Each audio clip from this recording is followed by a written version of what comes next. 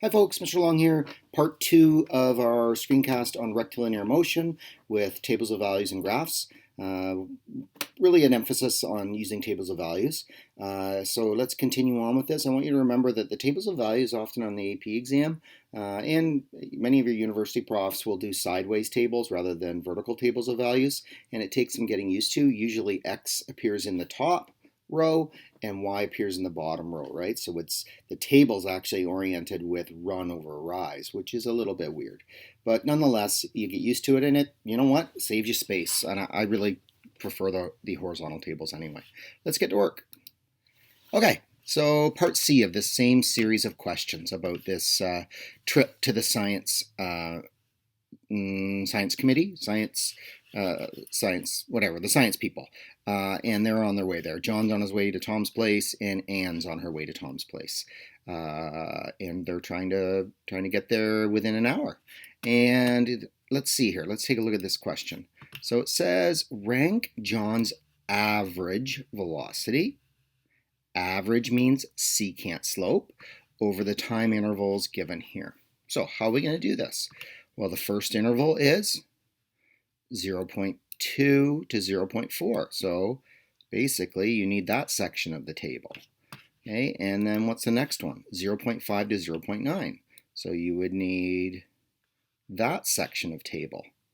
And in the final one, you need this section of table here, 0.8 to 0.9. So the easiest way to do this really is just to reproduce the section of table that we need for each of these. Okay, so each of these in turn. So we'll do this one, then we'll do this one, and then we'll do this one. I'm going to show you how to analyze these situations in a way that you don't actually have to do all the calculations. Okay, and again, you can do all the calculations you want, but you don't have to. So really, all we had to do here was just to get table of values here, table of values here, table of values here, and do our rise over our run. Okay, our rise over our run. So, how much does the rise change by here from 4.3 to 3.2? Well, that's negative 1.1 over 0.2. Then what about this one here? The rise changes by 2.8, or changes from 2.8 to 0, 2.8 kilometers away to 0 kilometers away. So that's negative 2.8. And then it's divided by 0.5 to 0.9 is 0.4. And finally, from the rise is going to be from 0.8 to 0. So that's 0.8, negative 0.8, sorry. And then 0.1 on the bottom, 0.8 to 0.9, 0.1. Now, here's my question.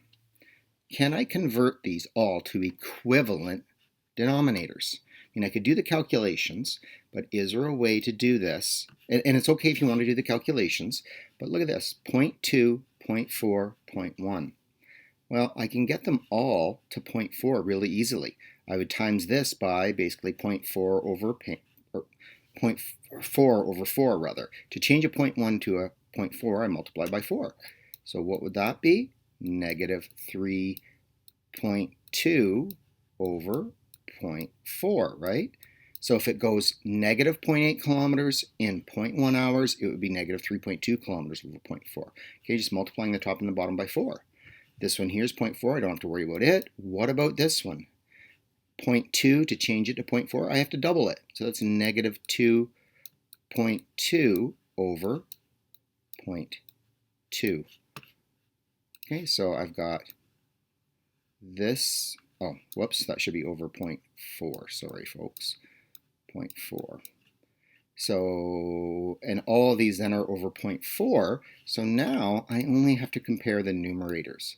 Negative 3.2, negative 2.8, negative 2.2. So the least then is saying, what's the least average velocity? In math, least is farthest to the left on the number line. So that would be the most negative. Okay, and we're going to fill in our blanks as 1, 2, and 3. And 1, 2, and 3 refer to that 1, that being 2, and that being 3.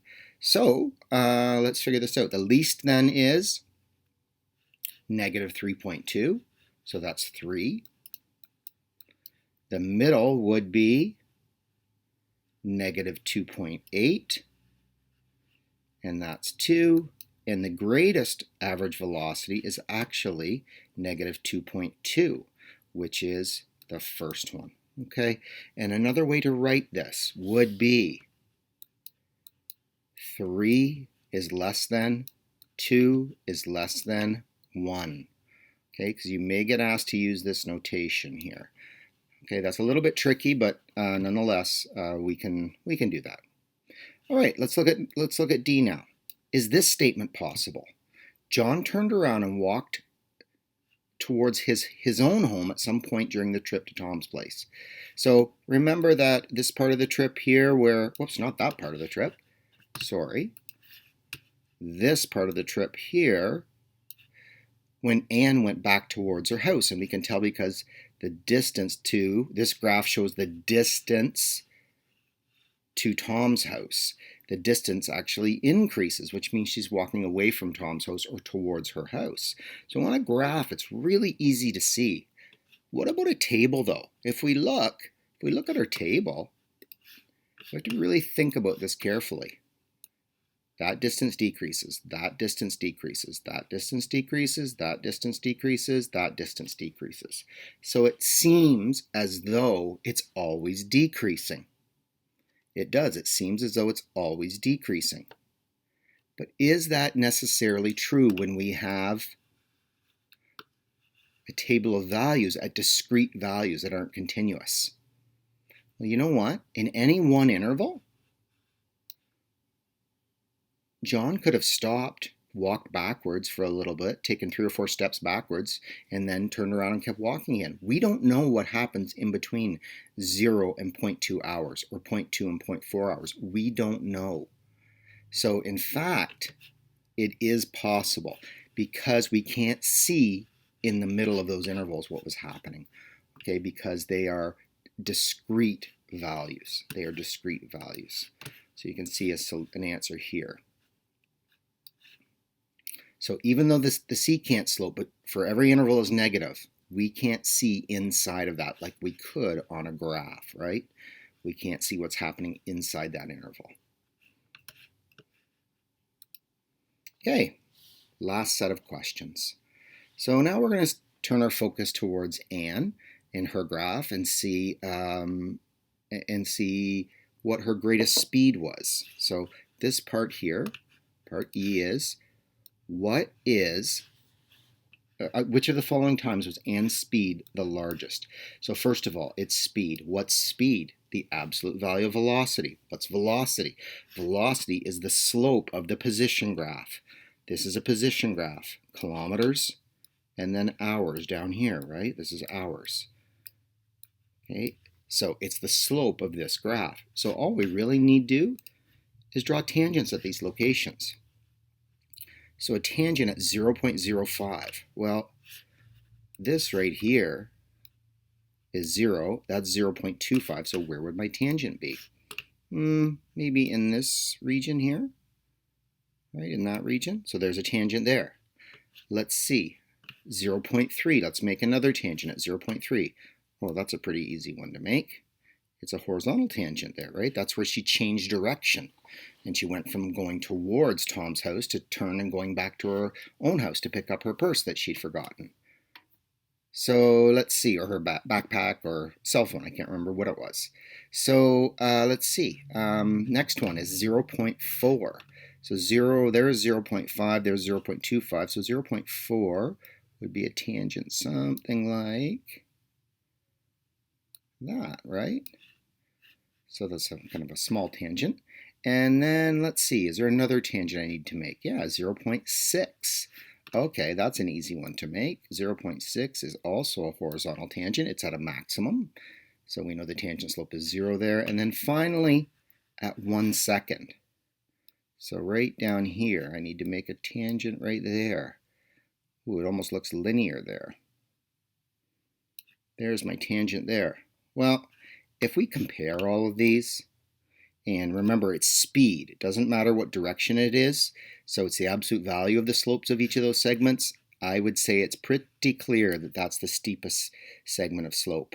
So that's where the velocity is the most negative, which means the speed is the highest.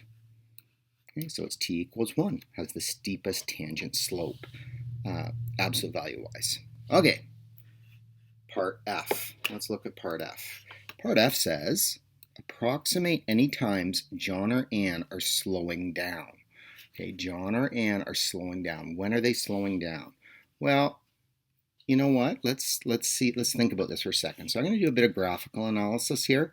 Remember that a curve, the velocity is the slope of a position graph. Then acceleration is the second derivative, so it's the concavity. Okay, so slope is velocity, concavity is acceleration. So what does a segment of graph look like on a position time graph? Okay, this is on a position time graph. Well, it would look like this. It's getting more and more steep, right? Now, what about if the velocity is still positive, but the acceleration is negative? So that means positive slope, negative concavity. That would look like this. Now velocity is decreasing, okay, but acceleration is positive. So it has positive concavity. So the graph looks like this. And then finally, velocity is negative, so it's going downhill, and acceleration is negative, so it's concave down.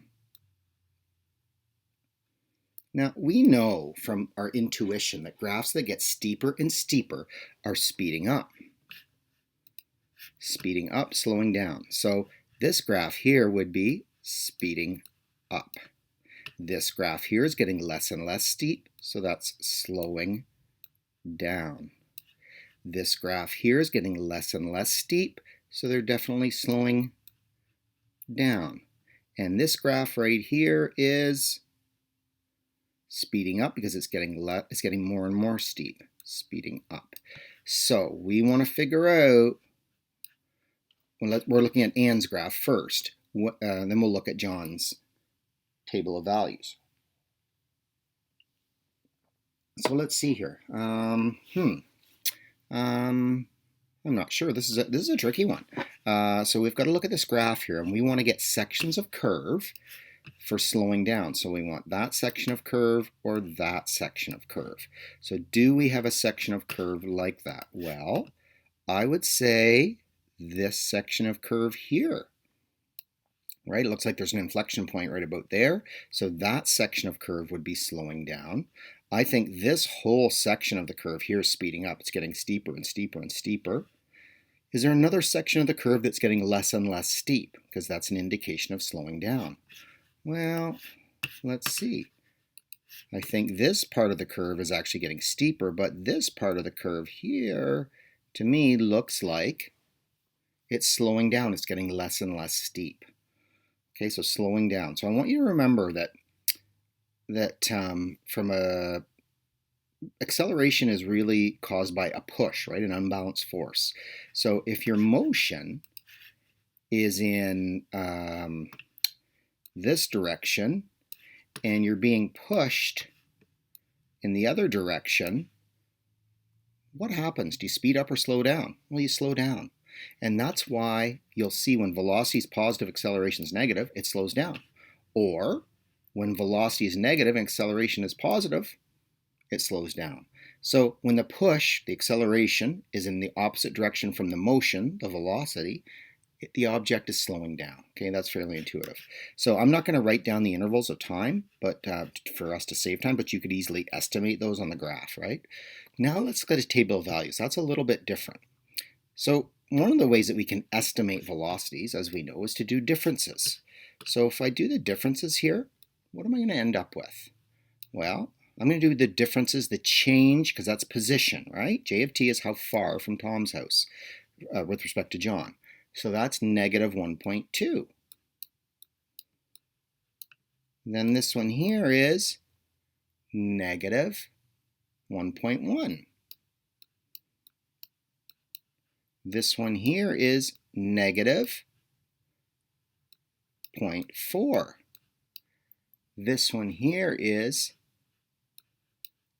negative 2, and the last one is negative 0.8. Notice the velocities are all negative, and that makes sense because John is on his way to Tom's house, right? The distance should be decreasing because we're measuring the distance to Tom's house. Now, so that's an estimate. That's a rough estimate of the velocity, as long as I divide it by delta time too, right? So that's a rough estimate sign-wise of the velocity. Well, the acceleration is just the difference of those items. So negative 1.1 minus negative 1.2. So that becomes 0.1. And then from here to here, that becomes, so negative 0.4 minus negative 1.1 is 0.7. Negative 2 minus negative 0.4 is negative 1.6. And the last one would be right here, from negative 2, from 0.8, sorry, minus negative 2, which is 1.2. The velocity is always negative. So when is the object slowing down? When the acceleration is positive. So if I was to do that, where would the acceleration be positive? Well, obviously right there, which is around 0.8 seconds. And right here in these, both of those, right? Both of those are positive. So it would look like John was slowing down between about 0 and 0.4, and then slowing down again at the end, okay? So I'm not going into the details there. I'm not going to give you the actual numbers, but I just want you to think through it, okay? Think through it. So first differences on a position graph relate to velocity. Second differences relate to acceleration because it's slope and concavity. All right, so let's start talking quickly about invertibility, which is, we haven't talked a lot about inverse, but that just means inverse. So let's take a look at something here and see. So if you had a parabola, oh, I've got to move something there. I've got something there. Move it right out. Whoops. Okay, so if we have a parabola here, I think you're familiar that when you do the inverse,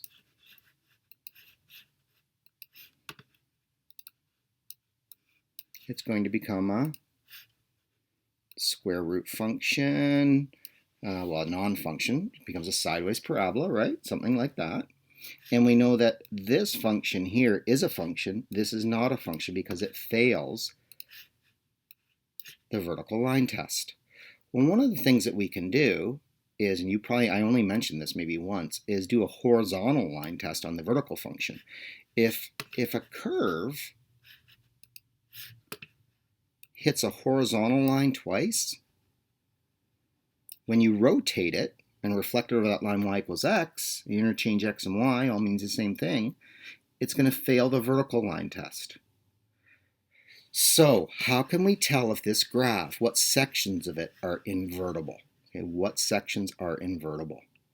Well, I can see right away. Let's go through this. So 0 to 0.6. So 0 is right here. 0.6 is right there. So could I draw a horizontal line through that and have it touch the curve twice? Yes. So that would mean it fails the horizontal line test, therefore it will fail the vertical line test. So that is not invertible, that section of the graph. 0.3 to 0.6. So if I look at all the different ways that I could do a horizontal line, so maybe what I'll do is just take a horizontal line and grab it. You can see as I move a horizontal line in that section, it only crosses it once. So since a horizontal line only crosses once between 0.3 and 0.6, it is invertible. Okay, this is invertible. So that's definitely a yes. 0.1 and 0.5. So 0.1 is right about here, 0.5 is right here. Well, 0.1 and 0.5, right there, that line crosses twice between 0.1 and 0.5, I would say, right? 0.1 and 0.5. So to me, it looks like No, it will touch the curve twice. If a horizontal line touches the curve twice, the inverse function will be touched twice in a vertical line, and then it will be a non-function. So this one here, non-function. 0.6 and 1. So from 0.6 here all the way down to 1, 0.6 down to 1, it only ever crosses it once. Therefore, yes, this is invertible. We can get an inverse and it's a function. That's what invertible means. You can always get the inverse. It's just not always a function. And lastly, 0 to 1, I'm pretty sure 0 to 1, we're going to be able to cross vertical lines many times, right? So if we take this one here, make that a little bit longer, and we'll move it around, you can see starting at 0, in this interval right here, I'm always going to cross it twice. So I definitely, even though the original graph is a function, the inverse will not be. Okay, so that's definitely a no. All right, folks, so that's what invertibility means when they ask you that question. All right, so now you're going to go through and work through the questions. Good luck.